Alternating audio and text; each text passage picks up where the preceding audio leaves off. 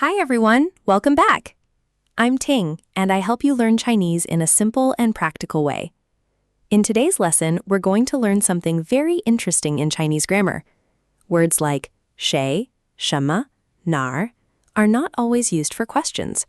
Sometimes they simply refer to unclear or unimportant people and things. Native speakers use this structure all the time in daily conversations.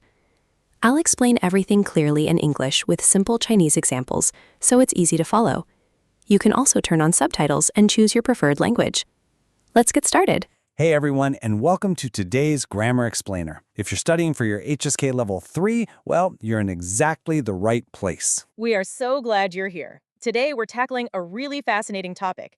It's called indefinite reference. Now, I know that sounds super technical, but trust us, by the end of this explainer, you're going to be using it like a pro in your everyday conversations. Let's get into it. Okay, let's dive right into our roadmap for today. First up, what is indefinite reference? Then we'll walk through 3 practical scenes using the Chinese words for what, where, and who.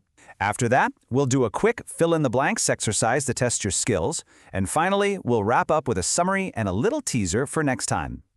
All right, Section 1. What is indefinite reference? So, have you ever spotted a familiar question word in a Chinese sentence but there's no question mark at the end? Well, here is our core definition for today. Interrogative pronouns can actually be used to replace non-mentionable or unclear people or things. Yeah, basically, when you want to talk about something, someone, or somewhere, but you don't know exactly what it is, you just use these question words as placeholders. They completely stop being interrogative. They aren't asking a question anymore at all. They just become indefinite placeholders. It's actually a super clever shortcut. Moving right along to Section 2. Scene. What? Let's see how this actually works in action.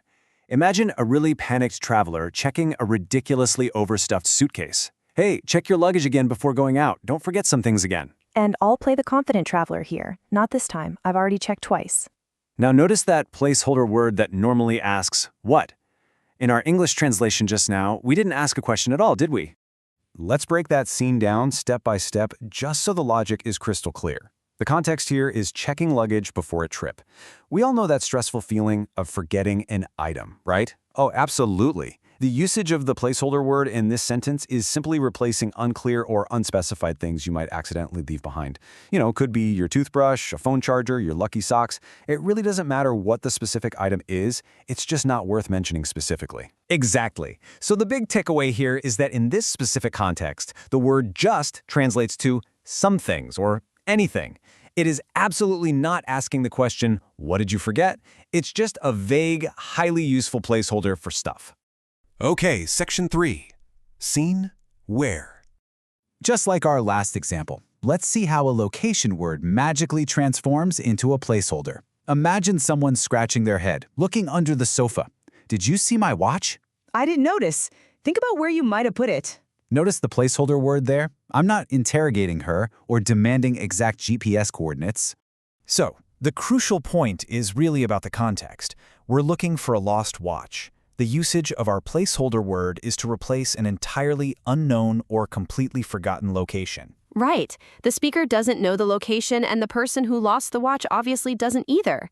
The summary to remember here is that the word for where simply means somewhere in this sentence. It's just a statement acknowledging an unknown place, not a direct question asking for a map. Let's jump to Section 4. Scene. Who? Moving right along, let's act out our third pronoun. Imagine you're holding up a jacket at a shop counter that definitely isn't yours. Hello, the clothes I took back from you yesterday are not mine. Please help me check someone who took the wrong ones. Pay close attention to how the word for who is functioning here. Our poor customer has no idea who has their real jacket. They don't know the identity of the person at all. And this brilliantly illustrates our grammar point. Let's unpack it. The context is returning the wrong clothes to a shop. The usage, it refers to an entirely unknown or unidentified person. Exactly. Substituting the word someone makes the sentence's meaning perfectly clear. The word translates to someone in this context, not the question who. You aren't aggressively asking the clerk, who did this? You're just calmly stating that someone out there made a mistake. All right, Section 5. Fill in the blanks. We've thoroughly covered the indefinite uses for what, where, and who. Now it's time to actually test what you've learned. Take a deep breath. We're going to look at 3 short sentences, and you have to decide which of our 3 placeholder words belongs in the blank based purely on the context clues. Okay, let's walk through this together, row by row. Look at sentence 1. I haven't decided yet to go to blank to play for the weekend. Let's think about the context here. We're talking about going somewhere for the weekend. Going to play implies a physical location. Exactly. So the blank must be our word for where, acting as the placeholder for somewhere. Now let's look at row 2. It is blank who took the wrong one. Hey, we literally just saw a scene exactly like this at the shop counter. Taking clothes implies a human being, a person. Spot on. So the correct option is our word for who, meaning someone. Finally, row 3. Let me see if there is blank in the fridge. Well, a fridge holds items, groceries, things. So it has to be our word for what, meaning something or anything. See how that works? By using the context clues we learned earlier, a place, a person, and a thing, filling in these blanks becomes an absolute piece of cake. And finally, Section 6, Summary and Teaser.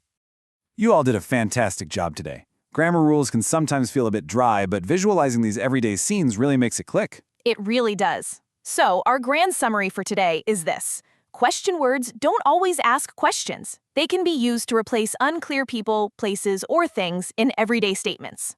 Great work, everyone. Keep it up and keep practicing. But wait, do you know how to use these exact same words to mean absolutely everything or everyone? Yep, it's a massive grammar superpower that refers to every single member within a certain scope. Join us next time on our explainer to find out exactly how it works. See ya! Great job finishing today's lesson. Now you know how Chinese question words can sometimes work without asking real questions. This will help your Chinese sound much more natural and flexible in conversations. If you'd like more personalized speaking practice and guidance, you can book a trial lesson through my Preply link in the description.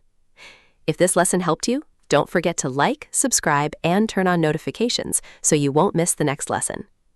In the next video, we'll learn another interesting grammar point, how question words can refer to every person or thing within a certain scope. See you next time.